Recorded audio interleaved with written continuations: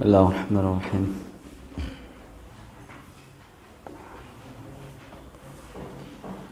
السلام عليكم ورحمة الله وبركاته.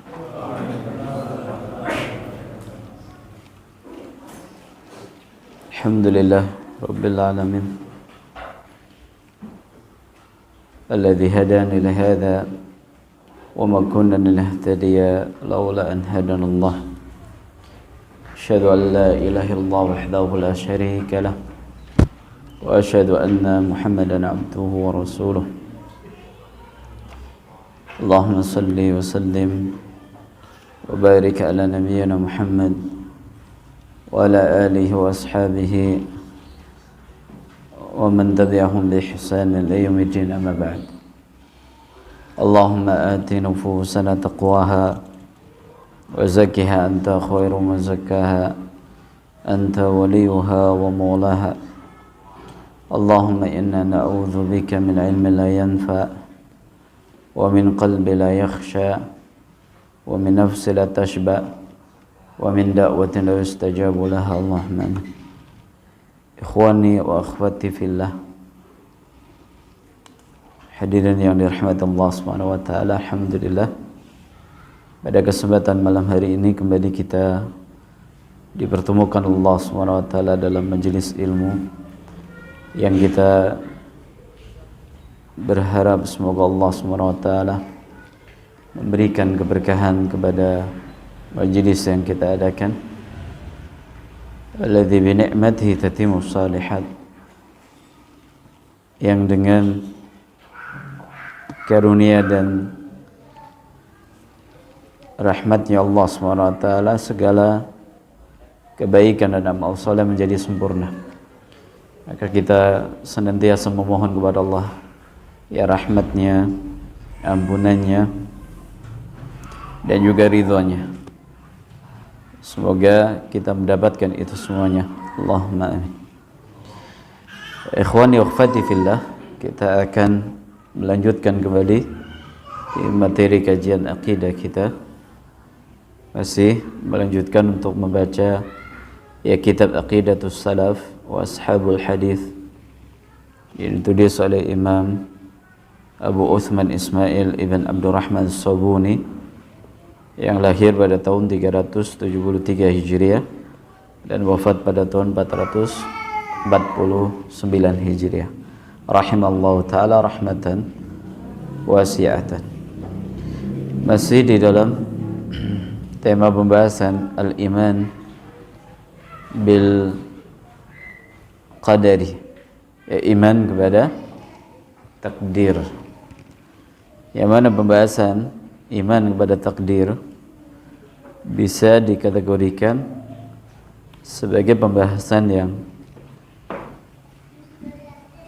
sudah diingatkan oleh para ulama kita ya untuk tidak terlalu dalam di dalam pembahasannya, karena terlalu mendalami pembahasan af'alullah, karena takdir ini termasuk bagian daripada mengimani bahwa Allah SWT itu zat yang memiliki sifat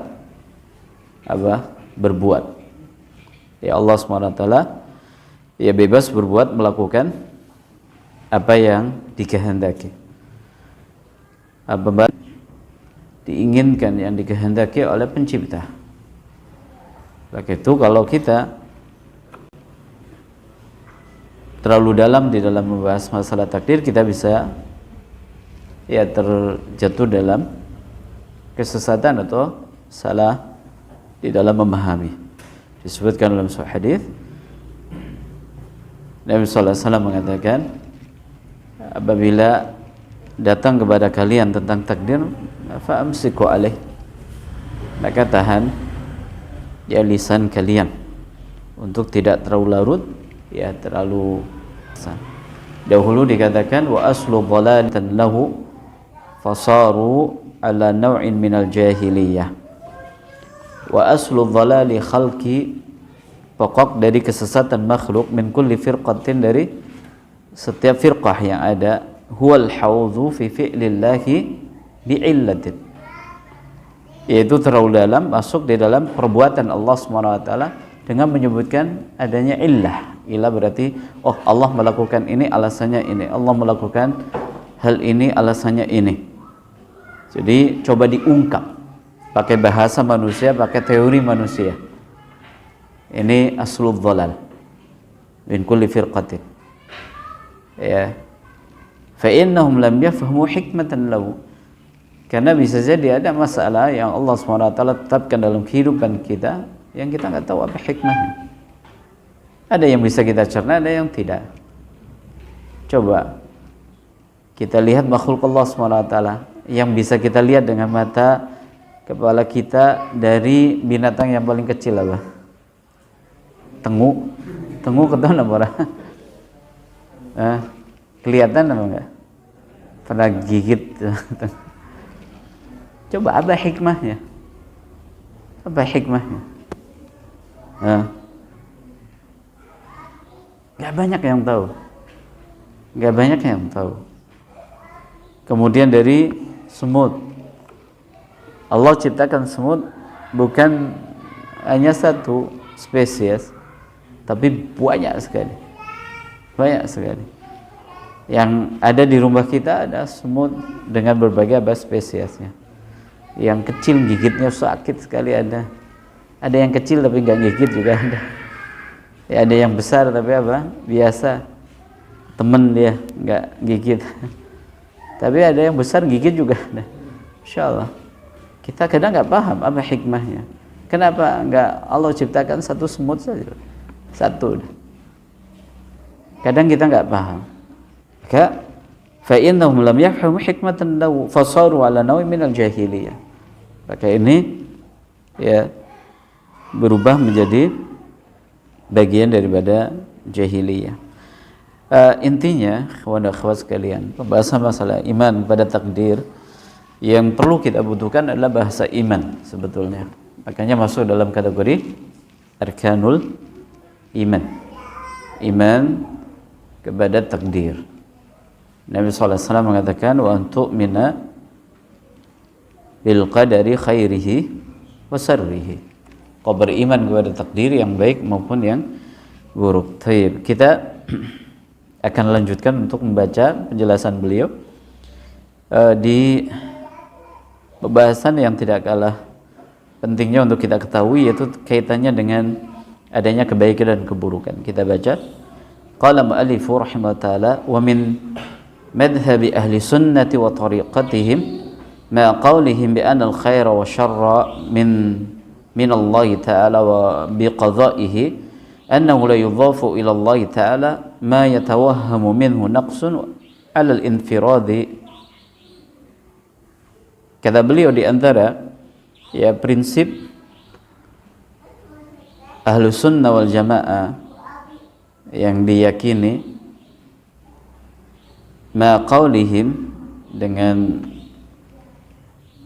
keyakinan yang dimiliki oleh mereka bahwa kebaikan dan keburukan itu dari Allah dan ketetapannya.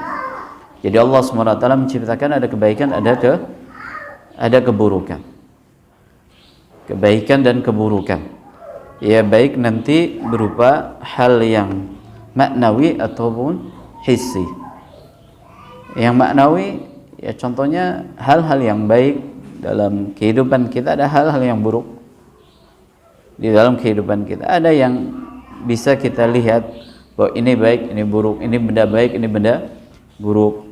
Ya kayak seperti adanya mohon maaf, adanya anjing, adanya babi, adanya ya ular yang berbisa, adanya harimau yang mematikan singa dan seterusnya. Nah ini Allah ciptakan ya adanya binatang-binatang yang membahayakan tadi, yang tidak baik tadi. Ada kecoa, ada kaki seribu, ada.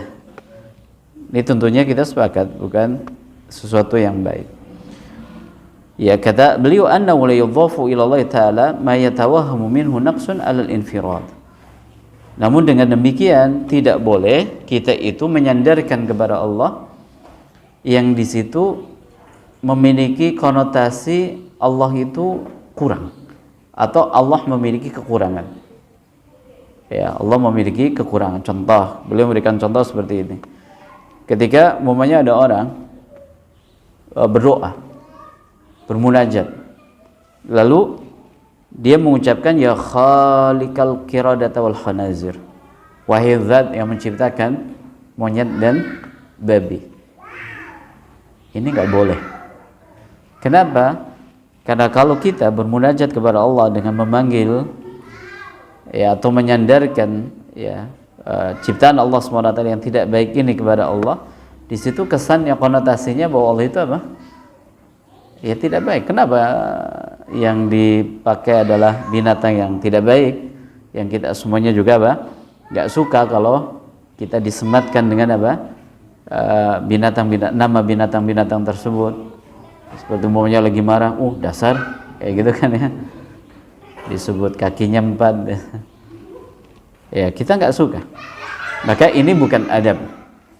Nanti insyaallah beliau akan menjelaskan maksudnya. Wal khanafis wal ja'alan. Wa in kana la makhluqa illa wa rabbu khaliquhu. Jadi kayak seperti binatang melata yang kayak kecoa yang ada di tengah rumah kita. Jadi nggak boleh kita katakan ya Allah zat yang menciptakan apa? Yang menciptakan kecoa atau apa binatang yang kiranya enggak tikus umpamanya. Zat yang menciptakan tikus. Itu tidak diperbolehkan. Sekalipun kita punya keyakinan bahwa Allah SWT menciptakan itu semuanya. Iya atau tidak? Allah yang menciptakan binatang tadi yang kadang mengganggu, yang kadang menyakiti. Ya, kayak adanya tikus, adanya kecoa mengganggu. Ya, mengganggu. Sebagaimana adanya babi, ini tentunya mengganggu juga dalam kehidupan karena diharamkan Allah Subhanahu wa taala. Wa in kana la makhluqa illa wa rabbu khaliquhu. Dan tidak ada ciptaan kecuali Allah Subhanahu wa taala menciptakan. Ini keyakinan kita. Wa fi dzalika warada qaulu Rasulullah sallallahu alaihi wasallam fi du'a istiftah. Ya, dari keyakinan yang tadi dimiliki oleh Ahlus Sunnah wal Jamaah itu terangkum dari doa yang dibaca oleh Nabi sallallahu alaihi wasallam dalam doa istiftah. Di dalam riwayat Imam Muslim dari sahabat Ali bin Abi Thalib. Ya, doanya panjang. Ya, di sini nukil ucapan Nabi sallallahu alaihi wasallam dalam doa istiftah, tabarakta wa ta'alaita wa syarru laysa ilaika. Ya, suci Allah SWT maha tinggi dan keburukan laisa ilaika, tidak disandarkan kepadamu. Ya, ada yang kalau sholat baca doa istiftah ini atau belum pernah dengar malah. Ya, doanya agak panjang. Hadisnya diriwayatkan oleh Muslim dari sahabat Ali bin Abi Thalib radhiyallahu anhu. Ya, Nabi sallallahu alaihi wasallam ketika di salat malam salah satunya ya beliau membaca doa istiftah dengan redaksi ini. Labaika wa sa'daika wal khairu kulluhu fi yadaika wasyarru laysa ilaika ana bika wa ilaika tabarakta wa ta'alaita astaghfiruka wa atubu ilaika. Ada yang pernah baca doa istiftah ini? Ya. Belum? Atau baru pernah dengar malah? Baru pernah dengar. Masya Allah, ini manfaat kita ngaji. Doa istiftah disebutkan oleh Syekh Albani dalam kitabnya Sifat Salat Nabi. Kurang lebih ada 12 redaksi. Ada 12 redaksi. Paling minimal ya antum itu menghafal ada 4 atau 5. Paling minimal. Sekarang sudah berapa yang dihafal?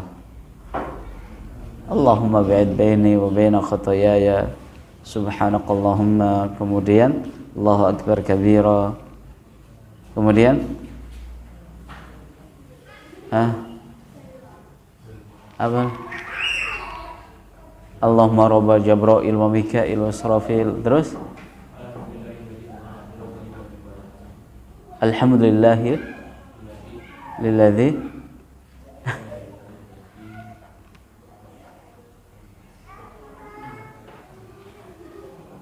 gimana tadi? Alhamdulillah hamdan katsiran thayyiban mubarakan fih. Ya, terus Allahu akbar, Allahu akbar, Allahu akbar, dzul malakuti wal jabarut, kibriya wa 'azamah. Ada lagi? Ini salah satunya. Insyaallah paling minimal 5 supaya bisa kita gunakan untuk diselang-seling pada sholat kita. Dan Syekh Muhammad Shalih Utsaimin dalam banyak penjelasannya dalam buku-buku beliau, ini salah satu metode agar sholat kita khusyuk. Ini yang pertama. Kemudian yang selanjutnya adalah untuk menjaga syariat. Menjaga syariat. Karena kalau antum menghafal lebih daripada redaksi yang dianjurkan, setidaknya antum ikut menjaga keutuhan syariat. Kalau coba antum hanya menghafal satu, Allahumma ba'id baini wa baina khutaya. Kemudian satu waktu antum membaca buku atau ikut pengajian, ternyata dia menyampaikan ada doa istiftah Allahu Akbar kabir, antum akan ingkari. Ini bukan, ini enggak benar ya. Atau umpamanya hanya di Allahu Akbar kabir. Lalu sekali waktu antum ikut pengajian diajarkan Allahumma ba'id baini, enggak, ini bukan apa? Enggak benar kayak gitu. Itu yang terjadi. Adapun kenapa para ulama lebih senang, lebih memilih kepada salah satu redaksi, karena alasan mereka ijtihad. Ya kayak seperti dalam mazhab Syafi'i lebih kepada tawajjuh, wajjahtu wajhiya lillati fatara samawati wal ardh. Ya karena di situ ada kandungan yang dalam mazhab Syafi'i itu memiliki kelebihan daripada apa? Redaksi yang lain. Ijtihad. Tapi kita tentunya mengikuti Nabi sallallahu alaihi wasallam yang mengajarkan banyak redaksi doa istiftah. Ini pelajaran bagi kita. Tidak ada tugas. Setiap kita ngaji ya ada PR pribadi ya harus kita apa? Kerjakan. Ada wajib manzili, ya ada PR, pekerjaan rumah yang wajib untuk kita kerjakan. Seperti di akhlak, seperti di ibadah, seperti di hafalan. Nah, ini wajib manzili, PR kita ketika kita pulang ngaji. Ya ketika kita pulang ngaji. Baik. Nah, di situ ada kalimat wasyarru laisa ilaika. Dan keburukan tidak disandarkan kepadamu. Kata beliau, ini dijelaskan maknanya oleh beliau. Wa ma'nahu wallahu a'lam, maknanya wallahu a'lam, wa syarru laysa mimma yudhafu ilaika ifradan wa qasdan. Hatta yuqala laka fil munadati ya khaliqa syarr wa ya muqaddira syarr, ya muqaddira asy-syarr, wa in kana huwal khaliqu al muqaddaru wal muqaddiru lahuma jami'an. Kata beliau maknanya wasyarru laisa ilaika, ketika Nabi SAW mengatakan keburukan tidak disandarkan kepadamu, maknanya adalah keburukan ini bukan perkara yang disandarkan kepada Allah secara ifrad, artinya secara menyendiri. Kayak seperti tadi ketika ada orang bermunajat kepada Allah SWT, yang dipanggil adalah nama hewan-hewan yang tidak baik. Ya wahai zat yang menciptakan anjing dan babi gitu. Wahai zat yang menciptakan apa? Pohon tembakau. Kan yang jadi diingat rokok kan ya. Zat yang menciptakan pohon ganja umpamanya seperti. Padahal yang menciptakan siapa? Allah atau bukan? Menciptakan pohon tembakau, atau Allah SWT menciptakan pohon tembakau, pohon ganja. Siapa yang menciptakan?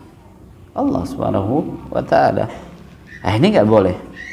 Berarti kalau seperti ini maknanya taujihnya atau faedahnya lebih kepada adab. Lebih kepada adab. Walaysa syarru ilaika wa syarru laysa ilaika. Ini lebih kepada apa? Bibabil adab.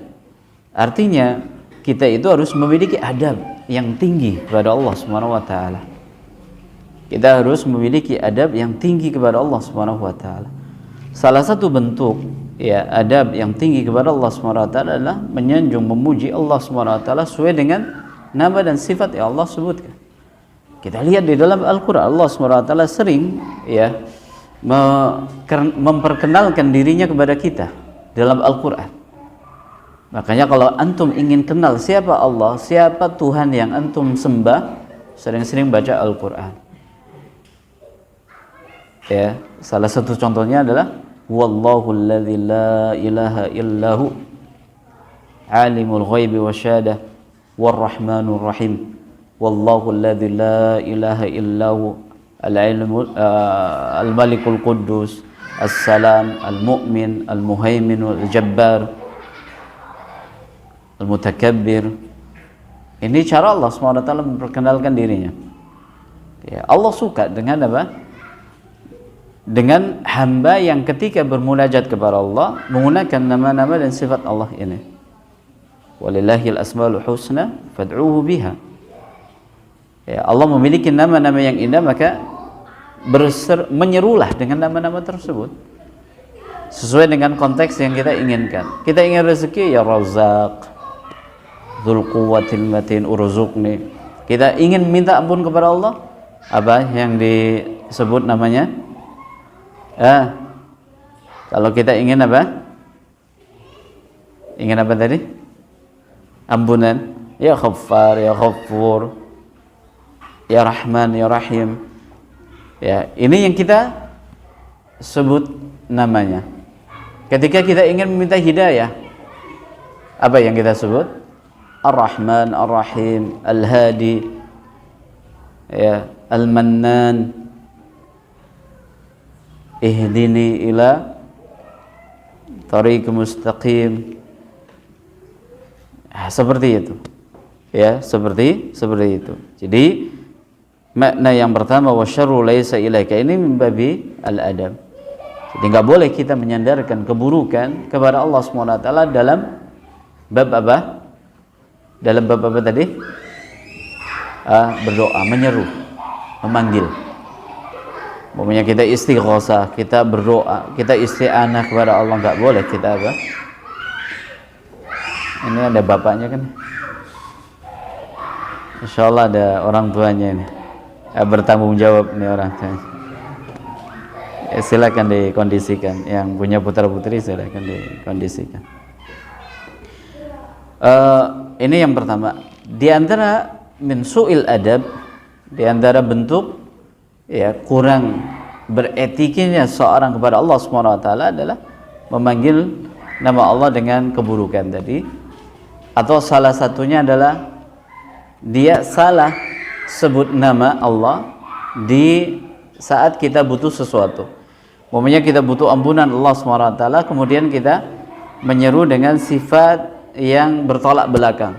Umpamanya kita ingin ampunan Allah, ingin diampuni dosa kita, kemudian kita menyebut ya syiddata al-bats, umpamanya ya syadidul iqab ighfirli. Ini enggak boleh. Wahai zat yang maha keras siksaannya, ampunilah hamba. Ini min su'il adab. Ya, ini min su'il adab. Ini enggak boleh seperti ini. Ya, di antaranya, jadi masya Allah kita itu diperintahkan untuk banyak memiliki adab yang baik bersama Allah. Salah satunya adalah su'udzon. Su'udzon bila itu termasuk bagian daripada apa? Bagian daripada su'ul adab Allah. Kayak seperti ada orang ditimpa musibah, kemudian dia su'udzon bila, dia berprasangka buruk kepada Allah. Ini berarti dia menunjukkan apa? Adabnya kurang baik bersama Allah. Bahkan adabnya buruk, etikanya nggak baik. Ya, jadi perlu kita itu memiliki adab yang baik, etika yang baik bersama Allah SWT. Kayak seperti sampai mempertanyakan ya sesuatu yang menurut logika dia nggak nyambung. Kayak seperti pertanyaannya orang-orang apa? Kafir dulu, orang-orang Majusi yang mengatakan ini ada orang Allah takdirkan menjadi orang kafir, tapi kenapa diazab? Kalau sudah ditakdirkan sebagai orang kafir, ya kenapa diazab? Ini nggak adil dong. Ini masuk kepada su'ul adab. Ya, kayak seperti umpamanya Allah haramkan babi. Kenapa Allah ciptakan babi? Sia-sia dong. Kayak gitu. Ini su'ul adab. Ya, ketika Allah SWT menciptakan babi, ada hikmah ketika mengharamkannya. Tapi ketika dipertanyakan, ya ngapain juga? Toh kalau seandainya diharamkan, kemudian orang yang melanggar nanti bikin masalah, kemudian nanti diadab juga, ngapain juga diciptakan? Udah, kalau Tuhan itu memang baik, ya sudah ciptakan yang baik-baik saja. Ini termasuk bagian daripada suudzon billah, auzubillah. Ya, kita berikan contoh, sebenarnya nggak ini ya, kalau ini, tapi supaya antum menjadi jelas, ada perilaku tidak baik, ada adab yang kurang baik dari seorang hamba yang ditujukan kepada Allah yang wajib untuk dijauhi. Ini haram hukumnya, ya haram hukumnya. Kemudian yang kedua, wa syarru laysa mimma yudhafu ilaika ifradan wa qasdan. Artinya keburukan itu tidak boleh disandarkan kepada Allah SWT secara tujuan. Artinya dia mengatakan bahwa Allah SWT menciptakan babi, menciptakan pohon ganja, menciptakan pohon tembakau, menciptakan tikus, ular dan binatang-binatang yang menjijikan itu, ya, tanpa ada unsur hikmah di balik itu. Tanpa ada unsur hikmah di balik keburukan tersebut. Ini yang dinafikan oleh Nabi, wasyarru laysa ilaika. Ya, secara qasd. Artinya Allah hanya menciptakan ini semata tanpa ada hikmah. Ini yang enggak boleh. Ini yang tidak boleh. Kenapa? Karena Allah SWT ketika menciptakan sesuatu, adanya keburukan, itu memiliki apa? Hikmah. Salah satunya adalah sebagai ujian yang penuh dengan apa? Penuh dengan hikmah di balik itu. Seperti kayak adanya anjing. Allah ciptakan adanya anjing. Ya, atau hewan yang menyakiti atau yang menjijikkan. Allah ciptakan, ada hikmah. Iya atau tidak? Salah satunya hikmahnya apa? Ketika Allah ciptakan anjing, Allah haramkan anjing. Lalu membolehkan di beberapa jenis anjing. Sebagai anjing buru, sebagai penjaga, kemudian apa? Untuk mengembala, yaitu beberapa jenis anjing yang dibolehkan. Tapi dengan itu Nabi SAW mengatakan orang yang memelihara anjing, dari semua anjing, baik yang untuk buruan, yang untuk penjaga, yang untuk mengembala, ya, kata Nabi SAW, setiap harinya pahalanya akan berkurang berapa kirat? 1 kirat. Setiap harinya pahalanya akan berkurang satu kirat. Berarti apa yang bisa kita gali dari hikmah diciptakannya anjing? Lebih kepada taslim ila hukmillah, tunduk kepada hukum Allah Subhanahu wa taala, tunduk ikut aturan atau tidak. Karena ada orang yang ikut aturan, ada orang yang tidak, ya. Maka ini di makna wasyarru laysa ilaika. Wasyarru laysa ilaika. Di sini belum berikan contoh. Lidzalika adhafa al-Hidhir alaihi salam iradat al-aiba ila nafsihi. Faqala fima akhbara Allah anhu fi qawlihi ta'ala amma as-safinatu fakanat limasakin ya'maluna fil bahri fa aradtu an a'ibaha. Ya, di sini belum berikan contoh ketika Khidir ya merusak kapal yang ditumpanginya. Disebutkan dalam riwayat kalau perahu itu ditumpangi secara gratis. Itu yang membuat Nabi Musa ya ikut bersamanya semakin apa? Semakin geram. Ini udah dapat tumpangan gratis, malah perahunya apa? Dibodol gitu kan ya. Pokoknya ada orang dikasih tumpangan gratis naik mobil, kemudian mobilnya malah dirusak. Ini yang lihat kan gerem. Tapi di situ ada hikmah. Di sini beliau memberikan contoh. Ketika Khidir ya menyandarkan, menisbatkan keinginan untuk merusak perahu tersebut kepada dirinya, bukan kepada Allah. Karena itu keburukan. Karena itu keburukan. Allah SWT sebutkan dalam surat Al-Kahfi ayat berapa? 79 di kisahnya Khidir bersama Musa. Amma as-safinatu fakanat limasakin ya'maluna fil bahri fa aradtu an a'ibaha. Adapun ya perahu tersebut maka itu miliknya para fuqara yang di situ dibegal gitu ya. Kalau di laut apa namanya? Hah? Dibajak, dibajak. Ya'maluna fil bahri, yang dibajak oleh bajak laut berarti ya. Fa aradtu an a'ibaha. Maka saya ingin supaya kapal tersebut enggak dibajak dengan cara apa? Dirusak tadi. Selamat. Soalnya kalau utuh itu pasti apa? Diambil semuanya oleh bajak laut. Nah, di sini Khidir menisbatkan perilaku yang kurang baik ini kepada siapa? Kepada dirinya. Fa'aradtu an a'ibah. Maka alasannya itu sehingga aku merusaknya. Walamma dzakara al-khair wal birra wal rahma adhafa iradatuha ila Allah azza wa jalla. Adapun beda lagi ketika itu bentuknya kebaikan, kebajikan, rahmat, itu dinisbatkan kepada kehendak Allah Subhanahu wa taala. Kalau keburukan dinisbatkan kepada kehendaknya dia, keinginannya dia. Adapun untuk kebaikan dinisbatkan kepada Allah Subhanahu wa taala. Allah sebutkan dalam surat Kahfi ayat 82. Fa arada rabbuka ayyablugha ashuddahuma wa yastakhriza kanzahuma rahmatan min rabbik. Itu kaitannya dengan dua anak yatim ya. Fa arada rabbuka, maka Allah SWT menghendaki ayyablugha ashuddahuma wa yastakhriza kanzahuma rahmatan min rabbik, mengeluarkan simpanan kedua orang tua dari anak yatim tersebut, dua anak yatim tersebut, rahmat dari Allah Subhanahu wa ta'ala. Allah yang menjaga harta kedua orang tua ya anak yatim tersebut. Ini memberikan pelajaran kepada kita di antara pelajaran tarbawiyah ya, bahwa kalau kita ingin anak kita dijaga, harta kita dijaga, salah satu caranya adalah kita menjaga Allah SWT. Dalam hadis Abdullah bin Abbas radhiyallahu taala anhu, Nabi sallallahu alaihi wasallam mengatakan ihfazillaha yahfazuka, ihfazillaha tajidhu tujahaka.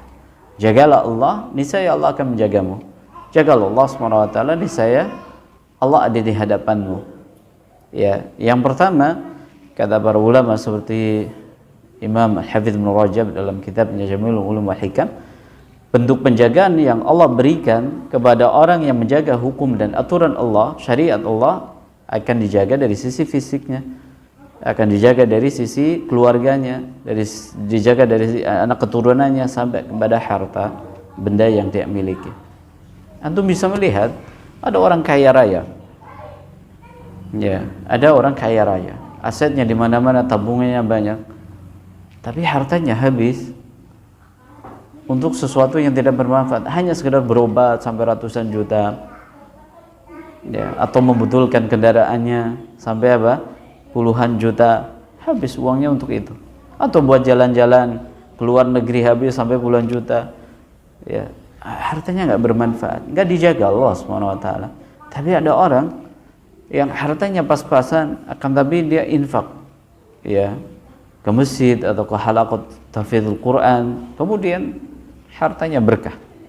Itu salah satu makna ya, hartanya dijaga oleh Allah SWT, sampai pun dalam bentuk pencurian, pencopetan, pencurian, penipuan. Syaratnya apa? Ihfadillah. Ini kisahnya di kisah orang tua kedua anak yatim. Wa kana abuhuma salihah. Dan keduanya adalah orang yang saleh. Itu pelajaran buat kita semuanya. Jadi kalau kita ingin investasi dengan anak kita, ya, caranya adalah dengan kita menjaga hukum Allah SWT, yang perintah dikerjakan, yang larangan dijauhi, seperti itu cara kita menginginkan anak keturunan kita dijaga Allah Subhanahu wa taala. Kemudian pelajaran yang berikutnya adalah di bab yang sedang kita pelajari. Di sini Khidir membedakan kalau untuk keburukan dinisbatkan kepada dirinya, untuk kebaikan rahmat tadi itu disandarkan kepada siapa? Allah Subhanahu wa taala. Walidzalika qala mukhbiran an Ibrahim alaihi salatu wassalam annahu qala.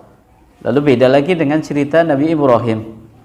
Ya, ketika Nabi Ibrahim melakukan mujadalah, munadharah bersama Raja Namrud. Ya, ketika ditanya siapa Tuhanmu, salah satu jawaban yang diberikan oleh Nabi Ibrahim adalah fa idza maridtu fa huwa yashfin. Kalau aku sakit, siapa yang menyembuhkan? Maka dia yang menyembuhkan, Allah Subhanahu wa taala. Di sini ini jelas sekali ini sisi pengambilan dalil di sini, wa idza maridtu. Jadi untuk sakit dinisbatkan kepada dirinya. Wa idza maridtu, ketika saya sakit. Padahal yang namanya penyakit sakit itu siapa menciptakan? Siapa ya ikhwah? Adanya penyakit ini, penyakit itu, siapa yang menciptakan? Allah. Orang sakit itu siapa yang mentakdirkan? Allah. Tapi di sini dinisbatkan kepada apa? Kepada siapa? Kepada diri sendiri. Kepada diri sendiri. Karena ini keburukan. Wa syarru laysa ilaika. Karena ini keburukan. Kalau dinisbatkan semata kepada Allah, ya seakan-akan kita mengatakan Allah yang tukang bikin, naudzubillah ya, bikin sakit orang kayak gitu kan. Buruk atau tidak? Buruk. Ya, buruk. Karena lebih rata-rata orang sakit itu karena apa? Pilihan pola hidup dia. Orang sakit itu biasanya rata-rata disebabkan karena pilihan pola hidup dia. Nggak menjaga pola hidup sehat, makanannya, minumannya, tidurnya, mungkin ngerokok, mungkin minum minuman keras, mungkin apa saja dimakan. Itu kan sekarang yang menyebabkan orang apa? Suka sakit-sakitan, jarang olahraga dan seterusnya. Itu kan pilihan hidup dia. Mana yang dia pilih, antara hari Ahad dia olahraga atau dia tidur? Kan beda-beda. Ya, antara makan yang bergizi dengan makan apapun yang dia inginkan, itu juga pilihannya dia. Wa idza maridtu. Kemudian fa huwa yashfin. Siapa yang memberikan kesembuhan? Allah SWT. Makanya Pak Dokter ketika memberi obat kita, sembari memberi nasihat, maka di antara ucapannya adalah ya, obat ini sebagai sarana adanya menyembuhkan siapa? Allah Subhanahu wa taala. Allah, Pak Dokter aja bilang yang menyembuhkan Allah, bukan dokter. Ya, bukan obat. Allah Subhanahu wa taala. Itu menjadi sarana obat dan berobat seperti itu. Nah, di sini wa adhafal maradu ila nafsihi wasyifa ila rabbih. Nabi Ibrahim menisbatkan ya ketika sakit kepada dirinya, adapun ketika sembuh maka yang menyembuhkan siapa? Allah Subhanahu wa taala. Wa in kana al-jami' minhu. Sekalipun tadi sakit dan sembuh itu semuanya takdir siapa? Allah Subhanahu wa taala. Ya, selesai di pembahasan masalah ini. Apa yang bisa kita pahami ya? Yang bisa kita pahami bahwa keburukan yang ada di tengah kehidupan kita, orang sakit, orang rugi ketika usaha, orang ditipu, atau mungkin ibu-ibu disakiti oleh suaminya, ya, ini keburukan. Ini keburukan. Orang sakit, orang ya gagal usaha, orang ketinggalan kereta. Ya, dia sudah kejar waktu, ternyata qadarullah macet jalannya, dia nggak prediksi, kemudian begitu sampai stasiun keretanya sudah sudah jalan. Ketinggalan kereta, ketinggalan pesawat. Ada cerita orang-orang yang ketinggalan pesawat, ketinggalan kereta. Ada yang ketinggalan tas di kereta juga ada. Pernah mengalami seperti itu? Ini buruk atau tidak? Buruk atau tidak? Binisbatin lahu. Artinya bagi orang yang mengalami tadi itu keburukan atau kebaikan? Keburukan. Maksudnya ada orang ketinggalan kereta, dia bilang alhamdulillah, tidak. Dia merasa kesal, marah, ya, geram kayak gitu ya. Tapi di balik keburukan yang dia rasakan pasti baik. Pasti baik. Itu maknanya. Pasti di balik setiap ketetapan takdir Allah yang tidak baik, buruk tadi, yang pahit tadi, pasti di baliknya ada kebaikan. Kayak seperti adanya anjing, adanya babi, adanya pohon ganja, adanya rokok. Ini buruk. Tapi di balik itu semuanya ada kebaikan. Kapan? Ketika kita meninggalkan itu semuanya karena menjalankan syariat, kita dapat pahala, berarti baik. Atau umpamanya ada orang sakit, sebelum dia sakit, masya Allah, ya, orangnya atos, sangar, garang, ya. Begitu dia terkena stroke, masya Allah, mau sholat, mau ke masjid, seramah sama orang. Ada nggak orang-orang yang seperti ini? Kadang ada orang-orang yang seperti ini. Jadi ketika dia ditimpa musibah, dia baru apa? Baru sadar. Ada orang, ya, ketika lagi jayanya, ketika lagi kaya rayanya, dia nggak ingat sama saudara, dia nggak ingat sama tetangga, ya karena kumpulannya sama high class, ya, orang-orang atas. Jadi sama tetangganya yang bilang apa, ya baik kan. Momennya ada suami, kayak kemarin pandemi, ya, begitu pandemi lockdown, nggak boleh kemana-mana. Bagi sebagian orang yang aktivitasnya tinggi merasa apa? Itu sangat mengganggu, karena nggak bisa keluar rumah, dilarang untuk keluar rumah. Tapi kita lihat di balik daripada yang kita rasakan buruk tadi ada banyak kebaikan. Jadi kumpul sama anak istri, yang tadinya nggak kenal istri di pandemi itu jadi kenal istri. Karena setiap hari 24 jam apa? Temu karo bojone. Oh ternyata, ya, kenal sama anak-anak juga, gitu. Ya, kemarin momen yang pas untuk mengenal pasangan kembali. Ya, sekian lama, ya, hilang, ya. Ada hikmah di balik setiap keburukan yang kita dapatkan. Itu makna daripada wasyarru laisa ilaika. Ya, wasyarru laisa ilaika. Jadi intinya Allah ketika menciptakan keburukan itu bukan sebagai tujuan semata keburukan, tapi ada hikmah di balik apa? Keburukan tersebut. Kita sebagai orang yang beriman kepada takdir lebih melihat kepada kebaikan di balik keburukan, bukan menyoroti, tidak fokus di apa? Keburukannya. Itu yang perlu kita aplikasikan dalam kehidupan. Jadi kayak umpamanya kita naik motor, ban kita gembes di tengah jalan. Maka kalau kita sudah sempurna imannya kepada takdir, kita melihat kepada positifnya, bukan melihat kepada negatifnya. Apa kiranya sikap positif yang bisa kita munculkan pada saat ya ban kita gembes pada saat buru-buru mau berangkat kerja? Begitu mai kalau bose yang telat. Kira-kira apa sikap positif yang bisa kita munculkan? Apa kira-kira? Berbagi rezeki, masya Allah. Kalau sama tukang tambal ban, ya mungkin Allah sedang mengantarkan rezeki kepada tukang tambal ban. Itu pun kadang apa? Ada di jarak setengah kilo tapi tutup. Ternyata jalan lagi ada 1 kilo lagi. Ternyata masya Allah rezeki maktub. Artinya dapat pelajaran baru. Ini masya Allah kita akan antarkan rezeki 15.000, 20.000 kepada tukang tambal ban. Ternyata dia tutup. Ya, kita antarkan lagi ke tempat yang lebih jauh. Masya Allah, itu rezeki. Apalagi kalau ban gembes, dapat pahala sabar, masya Allah. Kalau nggak mengumpat, nggak apa kan dapat pahala sabar, masya Allah. Dan Allah SWT mengatakan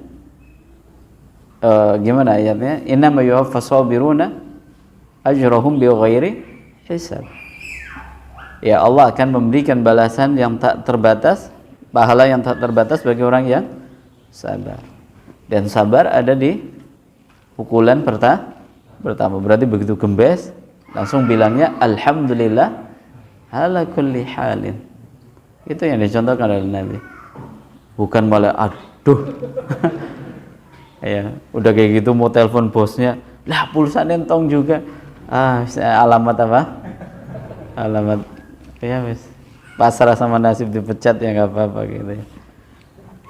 Seperti itu. Insyaallah. Kemudian apa lagi? Bisa berzikir. Masyaallah, sambil nuntun motor sambil berzikir. Kan zikirnya tambah khusyuk itu. Karena istighfar ya.